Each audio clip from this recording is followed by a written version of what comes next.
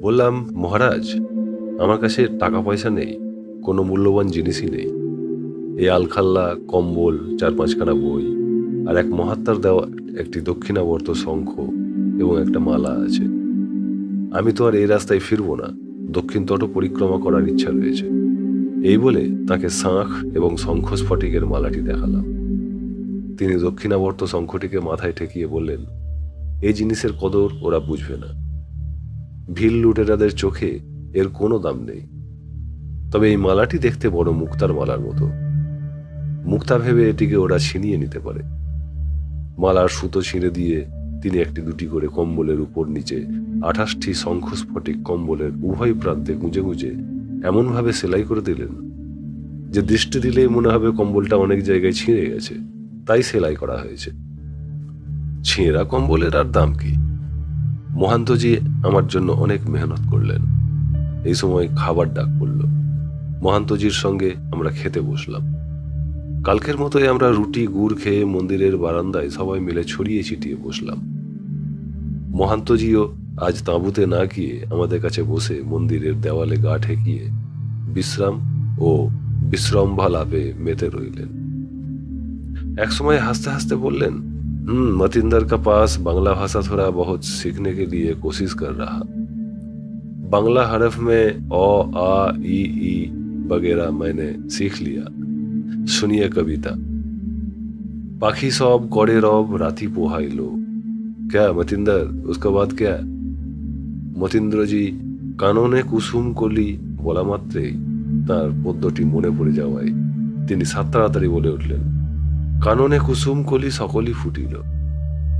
তারপর উনি বললেন, কহিয়ে ঠিক হুয়া কি নেই? আমি হাসতে হাসতে বললাম, বিলকুল ঠিক বলেছেন। তার হিন্দি টানে বাংলা পদ্য শুনে অন্যান্য নাগারাও তখন হো হো করে হাসছেন।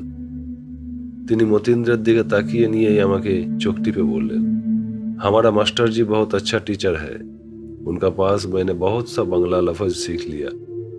आप दोनों में जब बातचीत करते हो हम थोड़ा थोड़ा समझ लेते हैं। এই সময় একজন নাগা দৌড়ে এসে জানালেন, অনেক দূরে জঙ্গলের পাশ দিয়ে একদল নেকড়ে দৌড়ে যাচ্ছে বলে মনে হচ্ছে।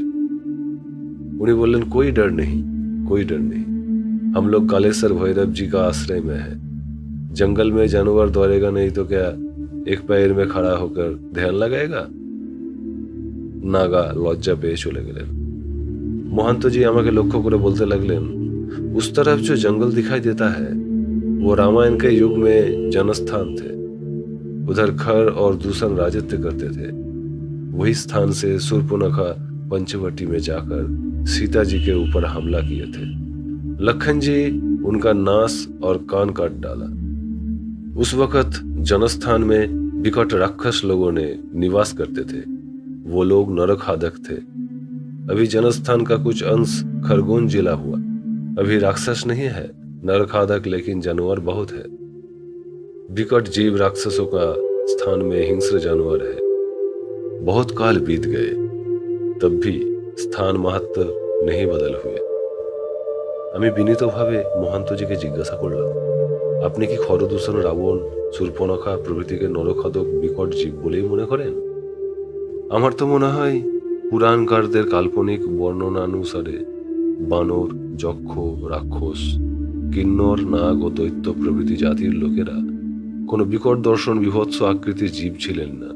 তারা আমাদের মতোই মনুষ্য দেহধারী জীবই ছিলেন।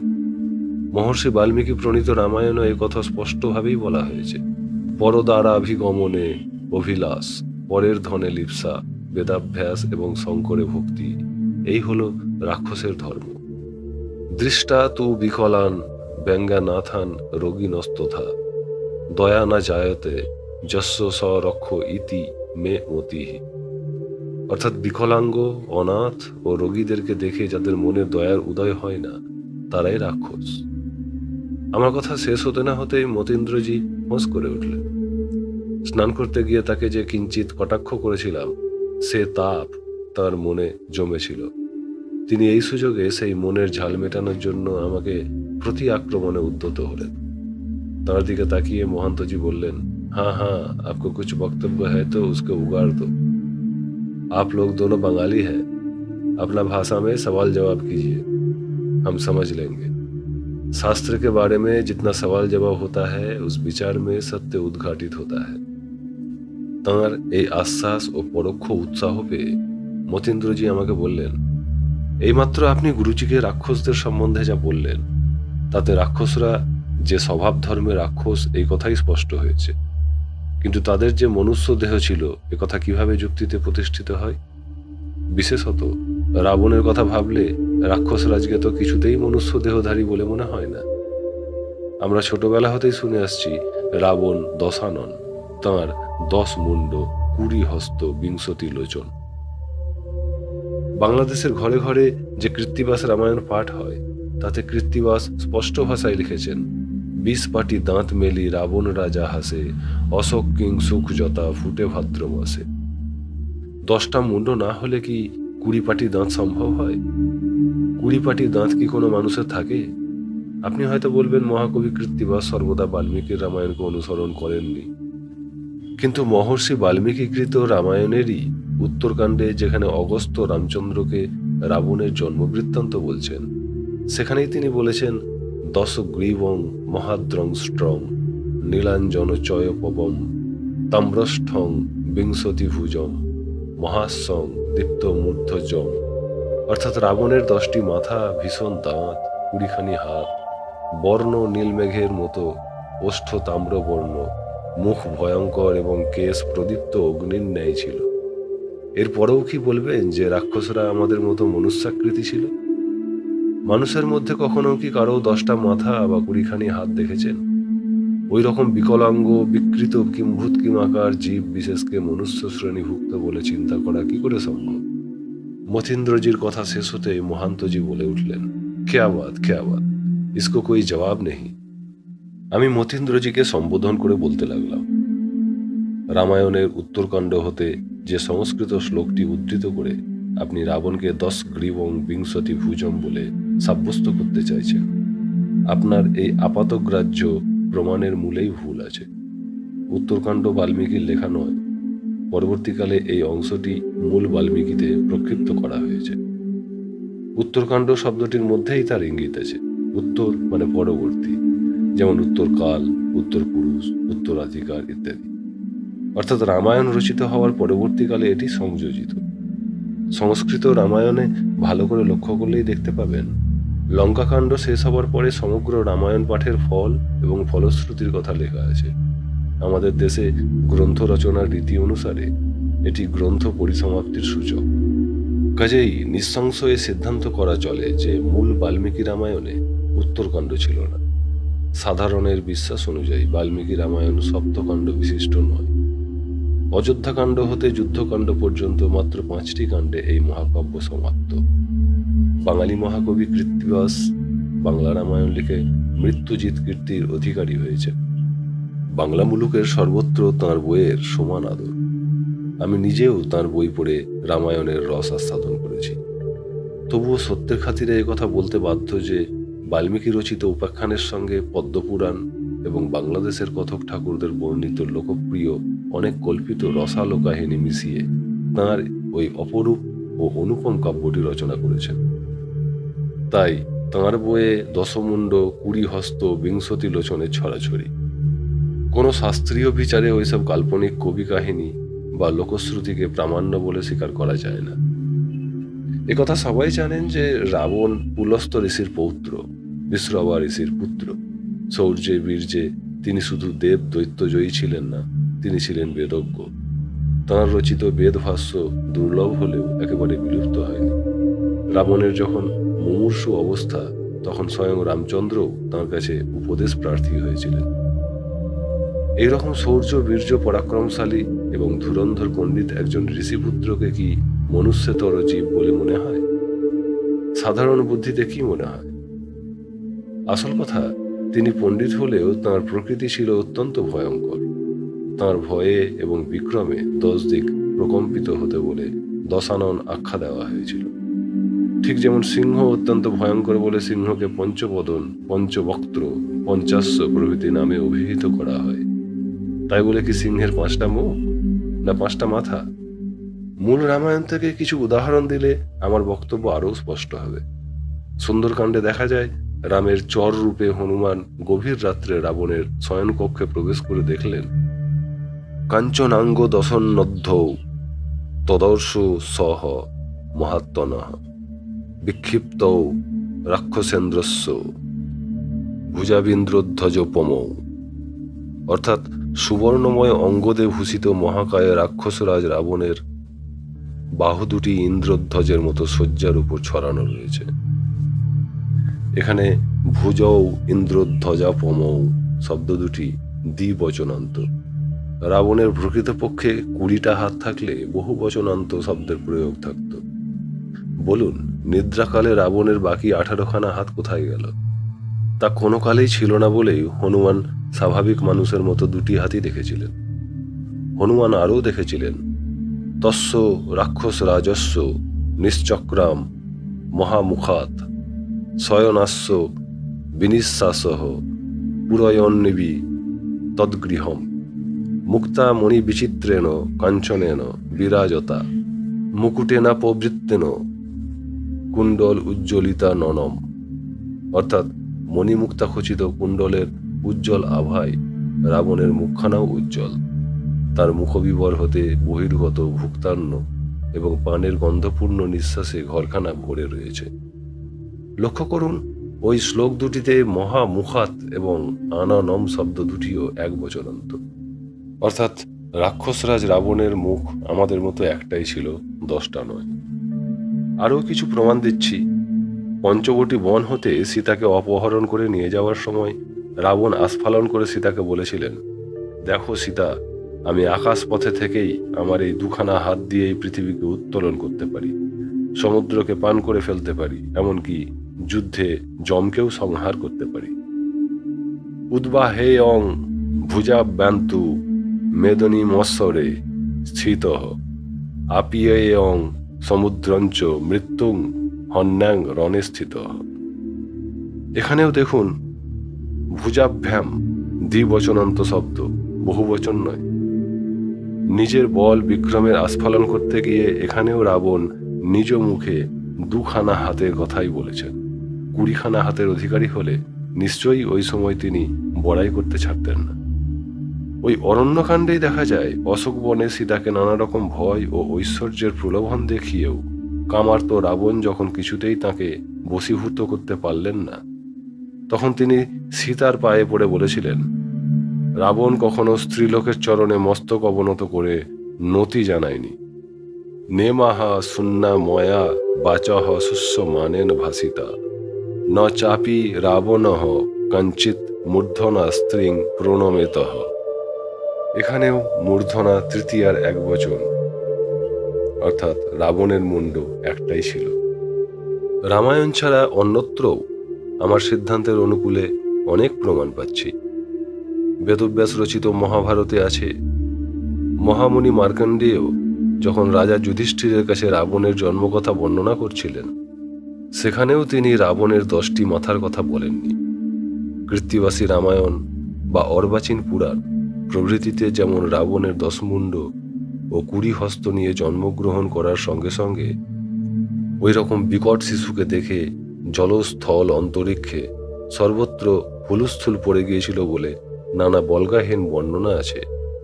মা নর্মদার কৃপাসিদ্ধ মার্কণ্ডেয় সেই রকম কোনো হইচয়ের উল্লেখ করেননি। তিনি স্বাভাবিক মানব শিশুর মতো করেই রাবণের জন্মকথা বর্ণনা করেছেন।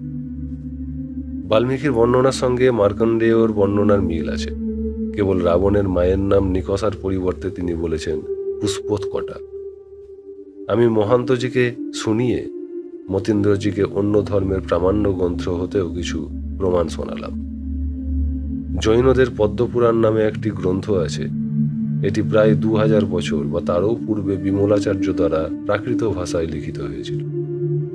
খ্রিস্টীয় 7ম শতাব্দীর কাছাকাছি সময়ে রবি সেনাচার্য সংস্কৃত ভাষায় ওই বই অনুবাদ করেন। ওই বইয়ে রামায়ণের আখ্যায়িকা আছে। জৈনদের মতে পদ্ম রামচন্দ্রেরই একটি নাম। জৈন পদ্মপুরাণে রাবণ, কুম্ভকর্ণ প্রভৃতি রাক্ষসগণকে কিম্ভূত কিমাকার ভয়াবহ নরখাদক রূপে বর্ণনা করা হয়নি। রাক্ষস নামে এক পূর্বপুরুষের নামানুসারে ওই গোষ্ঠী, ক্ল্যান বা জাতির নাম রাক্ষস। বিশাখ দত্তের লেখা বিখ্যাত সংস্কৃত নাটক মুদ্রা রাক্ষসে যেমন দেখা যায় মহারাজ নন্দের একজন মন্ত্রীর নাম রাক্ষস, তেমনি ওই গোষ্ঠীপতিরও নাম ছিল রাক্ষস। নন্দবংশের মন্ত্রী রাক্ষস যেমন হিংস্র নরখাদক ছিলেন না, তেমনি রাক্ষস জাতির পূর্বপুরুষ রাক্ষস বা তার বংশধররাও প্রচলিত ধারণা অনুযায়ী সর্বজীব ভক্ষক মারাত্মক কোনো জীব ছিলেন না। জৈন পদ্মপুরাণে বরং এই কথাই বর্ণিত আছে যে রাক্ষসরা হিংস্র ছিলেন না, তারা কোনো জীবকেই কষ্ট দিতেন না। জৈন পদ্মপুরাণে বালি, সুগ্রীব, হনুমান, নল, নীল প্রভৃতি বানরদেরও বর্ণনা আছে, কিন্তু তাদেরকে পশু বা লেজ বিশিষ্ট শাখা মৃগ রূপে বর্ণনা করা হয়নি, মানুষ বলেই বর্ণনা করা হয়েছে। বানর ছিল তাদের টোটেম, তাদের মুকুট, উষ্ণিস এবং ধ্বজায় বানর চিহ্ন ছিল বলে তাদেরকে বানর বলা হতো। নাগদের সম্বন্ধেও একই কথা। রাক্ষস বানরদের মতো নাগজাতি সম্বন্ধেও আমাদের ধারণা বদলানো উচিত। সম্প্রতি প্রসিদ্ধ ঐতিহাসিক Kashi Prasad Jayaswal journal of the Bihar and Odisha research society হতে প্রকাশিত history of India from 150 AD to 850 AD নামক একটি প্রবন্ধে প্রমাণ করেছেন কুষাণ সাম্রাজ্যের পতনের পরে এবং গুপ্ত সাম্রাজ্য স্থাপনের পূর্বে নাগ নামে পরিচিত একটা সুসভ্য জাতি ছিল। নানা মুদ্রা ও প্রশস্তির পাঠ উদ্ধার করে তিনি দেখিয়েছেন যে ইতিহাস প্রসিদ্ধ বিদিশা নগরীতে ভারশিব নাগ, ভবনাগ, নবনাগ, বীরসেন নাগ, হয়নাগ, ত্রয়নাগ, বহির্নিং নাগ, চর্যনাগ প্রভৃতি প্রতাপশালী রাজারা রাজত্ব করতেন। ক্রমে তাঁরা বিস্তার লাভ করে পদ্মাবতী, কান্তিপুরী এবং মথুরাতেও রাজধানী স্থাপন করেন। এ বিষয়ে ঐতিহাসিক ফ্লিট তাঁর কর্পাস ইনস্ক্রিপ্টনাম ইন্ডিকারনাম নামক প্রামাণ্য গ্রন্থের 3য় খণ্ডে যথেষ্ট আলোকপাত করেছেন। আপনারা কি বলবেন, নামের শেষে নাগ উপাধিটি ছিল বলে প্রাচীন নাগ জাতিরা সরীসৃপ জাতীয় কোনো বিষধর প্রাণী ছিলেন? এ বিষয়ে প্রকৃত তথ্য হল সুসভ্য দ্রাবিড় জাতি টলিমেস্টিক ছিলেন। রাক্ষস, বানর, নাগ প্রভৃতিরা ছিলেন ওই দ্রাবিড় জাতিরই শাখা। ঋগ্বেদ পাঠে জানা যায় তাদের 2টি শাখা ছিল, অজ এবং সিগরা। বঙ্গদেশ ও মগধে পক্ষী নামেও একটি জাতি বাস করত। যেহেতু অজ মানে ছাগল, সিগরা মানে সজিনা গাছ আর পক্ষী মানে পাখি, এই জন্য কি ভাবতে হবে যে তাঁরা মনুষ্যতর প্রাণী ছিলেন?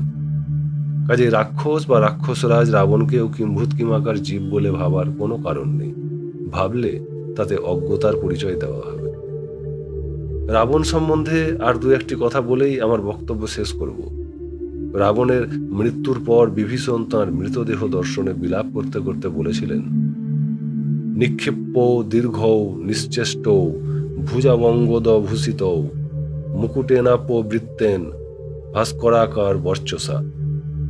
হায় হায়, আপনার সূর্য করজ্জ্বল মুকুট এবং অঙ্গদভূষিত বাহু দুখানি আজ নিশ্চেষ্টভাবে বিক্ষিপ্ত হয়ে পড়ে রয়েছে। এখানে নিশ্চেষ্ট ভুজাবঙ্গদভূষিত দ্বিবচনান্ত। এতে একথাই প্রমাণিত হয় যে রাবণের 2খানি মাত্র হাত ছিল। তাঁর 20 হস্ত ছিল না, মস্তকও ছিল একটি। রাবণের মৃত্যুর পর তাঁর পত্নীরা রণক্ষেত্রে তাঁর মৃতদেহ দেখতে এসে কেউ তাঁর মুখখানির দিকে তাকিয়ে, কেউ তাঁর মস্তকটি কোলে তুলে নিয়ে উচ্চস্বরে রোদন করেছিলেন। স্বয়ং মহাকবি বাল্মীকি সেই মর্মন্তুদ দৃশ্যের কিরকম ছবি এঁকেছেন দেখুন। বহুমানত পরিসজ্জ কাচিদ দেবং রুরোধ চরণৌ কাচিদালম্ব কাচিদ কণ্ঠেহ বলম্ব চ উৎক্ষিপ্য চ ভুজৌ কাচিদ ভূমৌ সুপরিবর্ততে হতস্য বদনং দৃষ্টা কাচিন মোহ মুপাগমৎ কাচিদঙ্কে শিরঃ কৃত্তা রুরোদ মুখমিক্ষতি স্নাপয়ন্তি মুখং বাষ্পেস্তু সারৈরিব পঙ্কজম। রাবণ পত্নীদের এই বর্ণনাতেও রাবণের চরণৌ, বদনৌ এবং শিরঃ প্রভৃতি শব্দের প্রয়োগ পাচ্ছি। আমার শেষ সাক্ষ্য রাবণের প্রধানা মহিষী মন্দোদরী কর্তৃক তাঁর স্বামীর রূপ ও আকৃতির বর্ণনা। স্বামীর মৃত্যু সংবাদ শুনে মন্দোদরী কপালে করাঘাত করতে করতে রণস্থলে এসে কাঁদতে কাঁদতে যে কথাগুলি বলেছিলেন মহাকবির অনুময় কাব্যময় ভাষায় তা অমর হয়ে আছে। মন্দোদরী রাবণের কুণ্ডল কিরীট শোভিত মুখমণ্ডল এবং সূর্যকিরণে প্রস্ফুটিত পদ্মের মতো সুন্দর কান্তির বর্ণনা করতে করতে বলেছিলেন, হায়, তোমার সুন্দর মুখখানি আজ রামচন্দ্রের বাণে ছিন্ন ভিন্ন হতশ্রী হয়ে পড়ে আছে।